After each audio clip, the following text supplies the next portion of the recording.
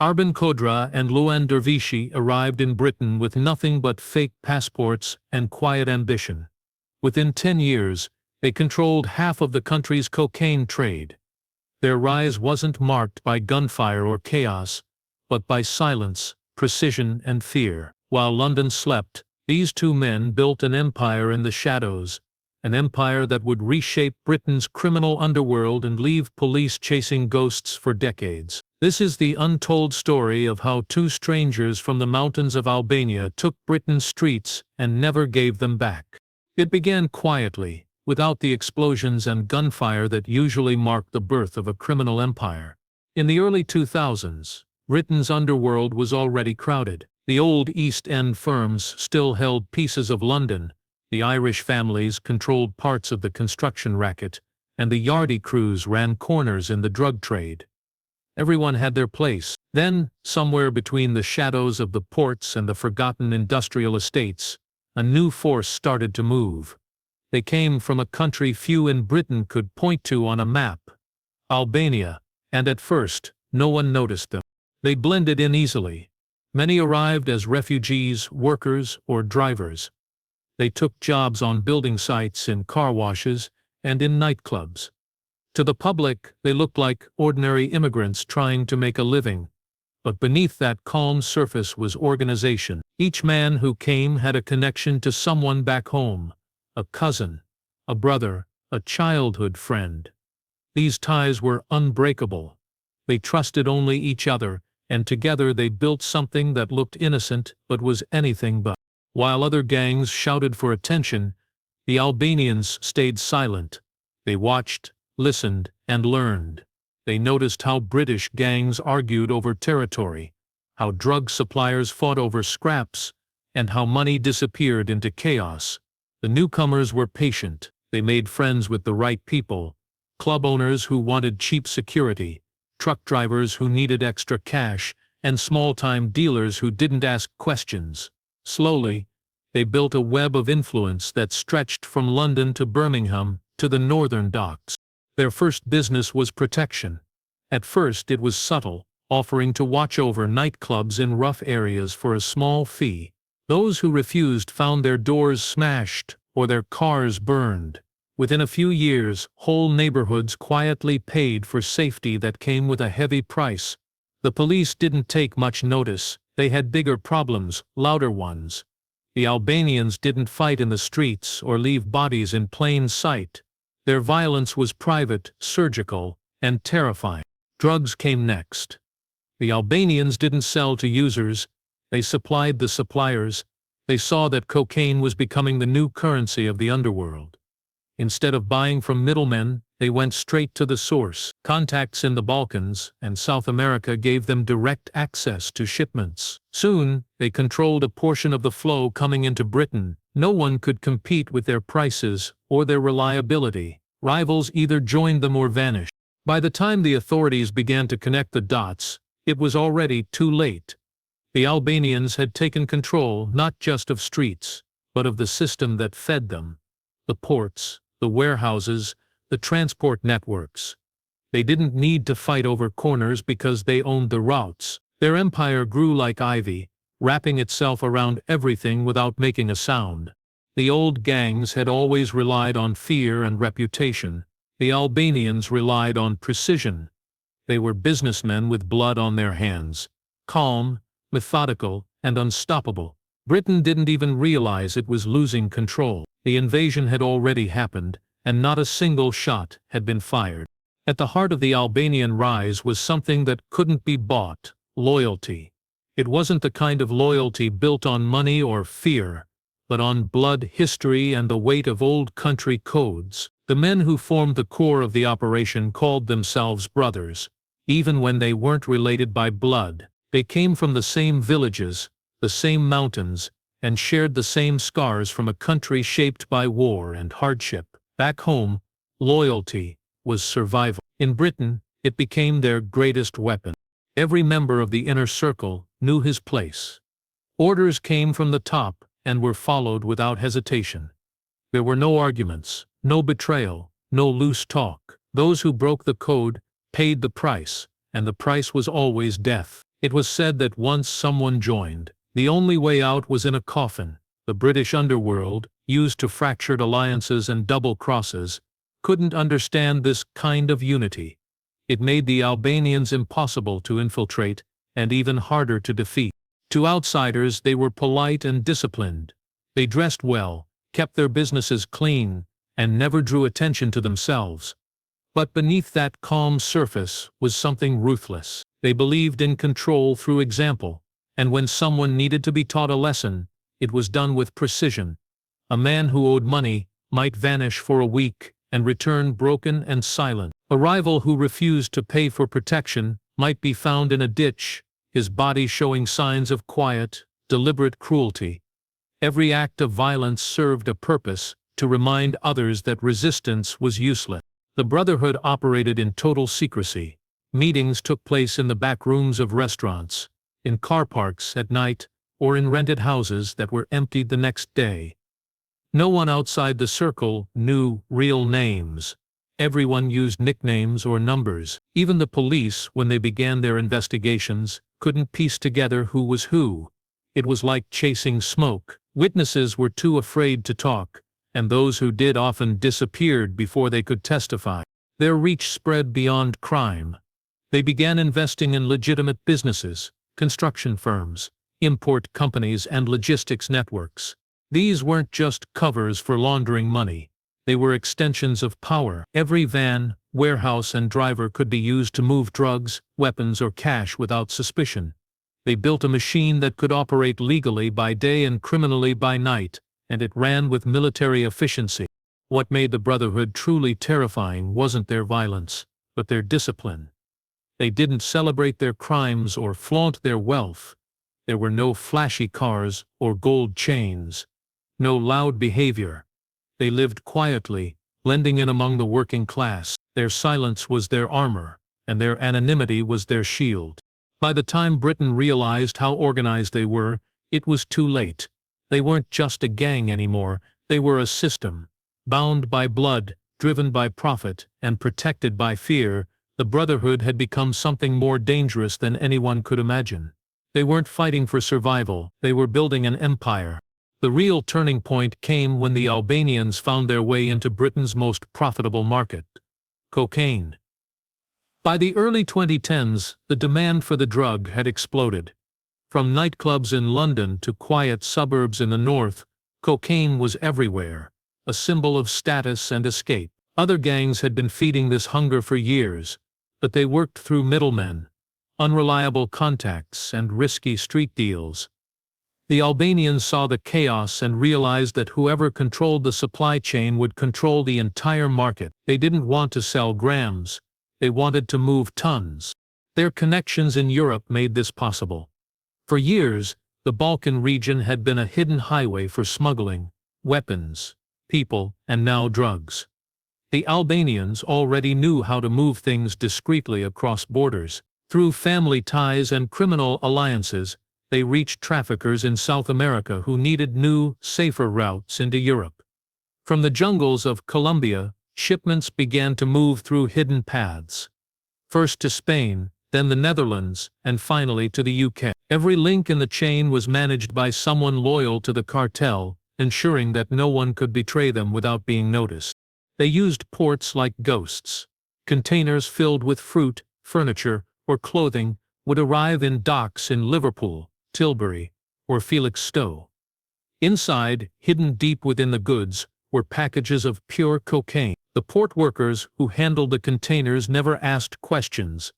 Many were being paid to look the other way. Even customs officers were compromised. Some threatened, others bribed. The drugs moved off ships, onto trucks, and into warehouses scattered across the country. From there, they were divided and sold to smaller dealers who thought they were buying from local suppliers. In reality, every gram traced back to the same invisible source. The Albanians never advertised their control. They didn't stamp their name on the trade like the old cartels used to. Their success depended on silence. They became the wholesalers, supplying everyone: British gangs, Eastern European crews, even the remnants of the old firms. Rivals didn't fight them because they needed them. They had the best product, the fastest delivery, and the lowest risk. Their operation ran like a business, with schedules, accountants, and logistics managers. They treated drug trafficking the same way others treated shipping companies or import businesses. Money flowed in faster than anyone could imagine. The profits were laundered through layers of legitimate fronts, car dealerships, betting shops, even luxury watch stores. Cash was moved abroad through crypto transfers and shell companies registered in countries with weak oversight. On paper, everything looked legal. In reality, billions were being cleaned and sent back to Albania, where villas and private compounds began to rise in quiet mountain villages. By the time the British authorities began connecting seizures and tracing routes, the network had already evolved. Each arrest only cut off one small branch. The trunk remained untouched. The Albanians had turned the cocaine trade into a corporate empire, efficient, untouchable, and invisible. Britain had never seen anything like it. What started as quiet men working on construction sites had now become the architects of a white line empire, one that stretched from South American jungles to the neon lights of London's nightlife. London had always been the prize, the beating heart of Britain's underworld, and the place every criminal group wanted to claim. The Albanians understood that whoever controlled London didn't just control the city's drug trade. They controlled influence, connections, and respect. But unlike other gangs before them, they didn't come in with noise or bloodshed. They came in quietly, with strategy and patience, moving through the cracks that others ignored. Their first step was simple: supply.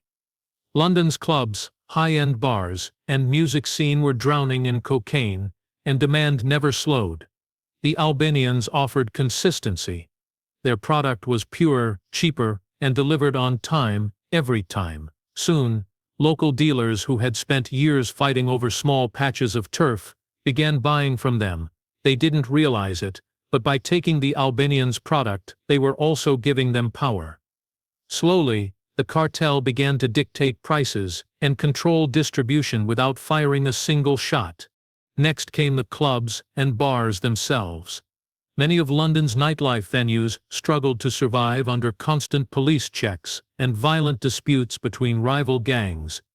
The Albanians stepped in, offering security services. They sent men in sharp suits, polite and professional, who promised to keep order. At first, the club owners were grateful. There were no more fights, no more smashed bottles, no more unpaid debts. What they didn't see was that their businesses were being absorbed into a growing empire. Security contracts turned into partnerships, and partnerships turned into ownership. Within a few years, many of London's most popular nightclubs were either directly or indirectly under Albanian influence. While their rivals flaunted their wealth, the Albanians kept their success invisible. They bought small companies, taxi firms, car washes, logistics businesses, anything that gave them access to movement and cash flow. Each company had a purpose. The taxis were used to transport drugs safely across the city. The car washes cleaned dirty money, and the logistics companies helped move shipments between ports and warehouses. Everything was connected, every part feeding the next. What made their control even more dangerous was their ability to blend into legitimate society. They sponsored events, donated to charities, and even invested in real estate projects. They weren't just criminals anymore. They were businessmen with respect and influence. Detectives who once tracked violent street gangs now faced a network that looked perfectly legal from the outside. Even when the police began to suspect their growing presence, they struggled to find evidence. Witnesses refused to speak, fearing what would happen if they did. Those who dared to talk were met with threats or simply vanished. The Albanians ruled through quiet intimidation, a kind that left no witnesses, no noise, and no trace. By the time law enforcement truly grasped how deep their reach went, London's criminal landscape had already changed. The old firms were either absorbed or extinct. The younger gangs unknowingly worked under Albanian control. The city's underworld had been conquered not with bullets, but with planning, precision, and patience. London, the city that once prided itself on never being taken, now moved to the rhythm of men who spoke softly, planned carefully, and ruled completely. The takeover was finished long before anyone realized it had even begun. As the Albanian network tightened its grip across Britain, not everyone accepted their rule. The expansion had been quiet, almost surgical, but success breeds enemies, and in the shadows of North London, resistance began to stir. The Turkish gangs had long dominated areas like Haringey and Hackney, running heroin routes and protection rackets with brutal efficiency. They were organized, armed, and deeply rooted in the city. For a time the two groups coexisted uneasily, trading where necessary and keeping to their territories. But peace in the criminal world is temporary, and it only takes one spark to ignite a war. That spark came when an Albanian shipment vanished on its way to a warehouse in Tottenham. The load was worth millions, and whispers pointed to Turkish hands. The Albanians did not react immediately. Their leaders observed, calculated, and waited. Then in the space of a single week, 3 Turkish safehouses were hit. No one survived. The message was clear and cold: retaliation would be absolute. The streets fell silent for a moment, but beneath that silence was something darker. Both sides began to arm heavily. It wasn't a war fought openly, it was fought in alleys, parking lots and side streets at night, where gunfire echoed briefly and bodies disappeared before dawn. For 6 months, London became a city under siege. Dealers went missing, cars were found burned, and families refused to talk. The police knew something large was happening, but couldn't piece together who was responsible. Neither group left evidence. Each attack was surgical, each disappearance perfectly timed. The Turks fought fiercely, but they underestimated the Albanians' discipline. The Brotherhood had no ego, no recklessness. They didn't fight for revenge. They fought to eliminate threats, and they did it methodically, step by step, until the Turkish presence began to crumble. What broke the stalemate wasn't just violence, it was corruption. The Albanians had already learned that information was more powerful than weapons. They bribed low-level members of rival crews, turned insiders into informants, and fed false rumors that splintered the Turkish ranks. Distrust spread faster than bullets. Leaders turned on each other, and soon the network that had once controlled North London began to collapse from within. When the dust finally settled, the result was inevitable. The Turkish gangs were shattered, their leaders either dead, imprisoned, or exiled. Their operations, the drugs, the money, the contacts, all fell into Albanian hands. The streets that had once been Turkish strongholds now ran under silent, watchful control. There were no victory celebrations, no boasting, just quiet consolidation. Word of the outcome spread quickly through Britain's underworld. No one dared challenge the Albanians after that. Other gangs began to pay tribute, handing over percentages of their profits in exchange for peace. The Brotherhood had proven it could destroy without chaos, conquer without spectacle. Fear settled like a fog across the criminal world. By the end of the war, the Albanians had achieved something no gang had managed in decades: complete dominance. The old rivalries that had shaped London's underworld for generations were gone, replaced by a new order ruled not by noise and reputation but by efficiency and fear. The city's shadows now belonged entirely to them. The deeper investigators looked into the Albanian network, the more impossible it seemed to define. What had started as a few scattered crews had evolved into something far more sophisticated, a structure so fluid that it could adapt to any threat. There were no public leaders, no visible hierarchy, and no paper trail. It was a ghost organization, designed to survive exposure. Every member knew only a handful of others, and no one ever had the full picture. It was this secrecy that made the cartel nearly untouchable. When detectives tried to follow the money, they found it moving in circles. Cash collected from the streets was laundered through layers of companies: a car dealership in Essex, a construction firm in Manchester, a luxury cleaning service in London. Each business appeared legitimate, with tax records, employees, and bank statements that matched perfectly.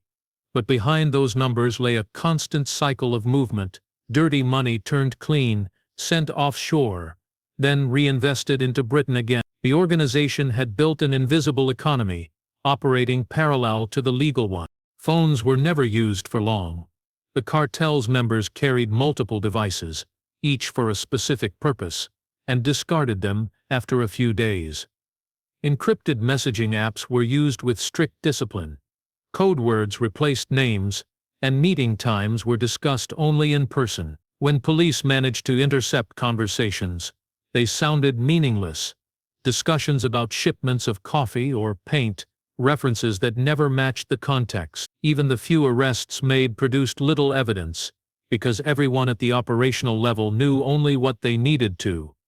If one link was broken, the rest remained intact. The network reached far beyond Britain's borders. Intelligence reports traced connections to Spain, where the cartel managed storage hubs, to the Netherlands, where the drugs entered Europe, and to Dubai, where much of the wealth was hidden in luxury properties. They had contacts in customs offices, shipping companies, and even logistics firms contracted by the government. It wasn't just that they moved drugs efficiently, they moved them through official systems, disguised within legitimate trade. Each layer of legality shielded the crimes beneath it. What terrified investigators most was how the organization seemed to anticipate every move. Surveillance operations were compromised before they began. Raids were met with empty warehouses. Informants vanished days before being called to testify. Someone, somewhere, always seemed to know what the police were planning. Internal reviews later suggested that corruption had penetrated deeper than anyone expected, perhaps within customs or even within law enforcement itself. The cartel had blurred the line between criminal and official power. In public, the leaders lived modestly. They drove second-hand cars, rented small houses, and avoided displays of wealth. Behind closed doors, they controlled fortunes worth millions. Their restraint was calculated. The less attention they drew, the safer they remained. The Albanians didn't crave fame or reputation. They preferred invisibility, the kind that made their power untouchable. To the outside world, they were ghosts. To the police, they were a network without a face. And the streets of Britain, they had become an unseen government, one that ruled through silence, money, and absolute control. By the late 2010s, the whispers had turned into headlines. The National Crime Agency had been gathering intelligence for years, quietly mapping the invisible empire that stretched from Britain's ports to its nightclubs. Every intercepted shipment, every unexplained fortune, every vanishing suspect pointed to the same conclusion. The Albanian cartel was no myth. It was real, powerful, and operating in plain sight. And so, in a coordinated strike that spanned multiple cities, the agency launched its largest ever operation against organized crime, Operation Iron Hook. Before dawn, hundreds of officers moved in. Helicopters hovered over industrial estates while armed units stormed warehouses, homes, and storage sites in London, Birmingham, and Manchester. The scale of the raids stunned the public. Inside the warehouses, police found cocaine stacked in crates, cash sealed in vacuum bags, and weapons stored with military precision. Dozens of men were arrested, and newspapers called it the biggest blow to Britain's underworld in decades. For a moment, it looked like the empire had finally been broken. But within weeks, cracks began to appear in the victory. The men arrested were not leaders, they were intermediaries, drivers, warehouse keepers, and couriers. None of them had real power, and all claimed to know nothing beyond their specific tasks. The masterminds had vanished before the first door was kicked in. Intelligence officers realized that the entire operation had been one step behind from the beginning. The network seemed to have known the raids were coming. Some warehouses had been cleared days earlier as if someone had warned them. Files disappeared, digital evidence was corrupted, and encrypted drives turned out to be empty. In court, prosecutors faced silence. The accused refused plea deals, showing no fear, no emotion. Their lawyers were well prepared and funded by money that no one could trace. Many of the charges collapsed under lack of evidence. Those who were convicted received short sentences, and within a few years most were free again. Behind the scenes, investigators admitted what they didn't want to say publicly: the real cartel had survived untouched. As the police scrambled to regroup, the drug trade never slowed. New names appeared in intelligence reports, running the same routes, using the same methods. The faces changed, but the system remained the same. The Albanians had built something bigger than individuals, a machine that could replace its parts without stopping. Their structure was decentralized, almost corporate. Every arrest simply made them smarter, more cautious, more invisible. Publicly, authorities celebrated Iron Hook as a success, a symbol of progress. But inside the agency, frustration ran deep. Agents who had worked for years on the case watched as the trade continued to thrive. The cocaine still flowed, the money still moved, and the same unmarked vans still rolled through London nights. It became clear that the operation had only trimmed the branches, leaving the roots intact. The fall of the Albanian cartel had been an illusion. While Britain congratulated itself, the organization quietly rebuilt stronger and more secure than ever. The empire hadn't fallen.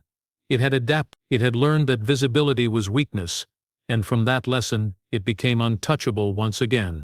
Today, few people speak the name of the Albanian cartel, yet its shadow still stretches across Britain. Officially, it no longer exists.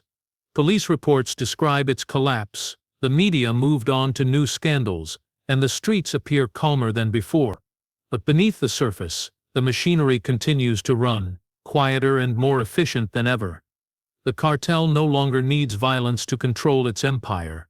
It has evolved beyond brutality. Its true weapon is invisibility, the ability to blend into everyday life so completely that no one realizes it's still there. The drug routes remain open. Cocaine still arrives in the same ports, hidden in containers filled with fruit and coffee beans. The same logistics companies move it through Britain, their drivers unaware of the cargo's true value. Distributors still receive their supplies, and the nightlife of London, Manchester, and Glasgow still thrives on it. The system hasn't changed, it has simply become smoother, harder to trace, and more deeply woven into legitimate trade. The Albanians don't fight over streets anymore. They own the pipelines that feed them. Money continues to flow through the same quiet channels, from betting shops and car washes, to property developments and cryptocurrency accounts. The profits of organized crime are washed clean and sent abroad. The funds build hotels on the Albanian coast, luxury apartments in Spain, and private estates in Dubai. The cartel's wealth is scattered across continents, hidden in layers of legality that make it untouchable. Every transaction looks legitimate. Every company registered, every tax bill paid on time. The empire that once ruled Britain's underworld now hides in plain sight within its economy. Occasionally, the authorities make arrests. Small dealers, middlemen, and local enforcers are paraded as trophies in front of cameras, but the real power remains untouched. The original leaders have long since disappeared, living under new identities or operating from countries without extradition treaties. Some have invested their fortunes into respectable businesses, transforming themselves into entrepreneurs and philanthropists. Their names appear in charity fundraisers, their faces in society magazines. No one connects them to the silent empire built on blood and cocaine. For those still inside the organization, the rules have changed. Violence is used rarely, only when absolutely necessary. The new generation of operators are businessmen first, criminals second. They speak fluent English, study economics, and understand technology. They use encrypted banking systems, digital currencies, and shell corporations spread across the globe. The Albanian cartel has become less of a gang and more of a global syndicate, managed like a corporation with invisible shareholders and silent profit. Every now and then, rumors resurface: a warehouse in Kent raided, a shipment gone missing, a body found by the river. They are reminders that the shadow still breathes, yet no one dares to dig too deeply. Too many people depend on the system, and too many benefit from it. The truth is simple: Britain believes the streets are its own again, but that's an illusion. The empire never truly fell, it just learned to hide behind respectability. The same men who once moved through the night now move through boardrooms, their control as complete as ever. They took Britain's streets, and though the world has forgotten, they never gave them back.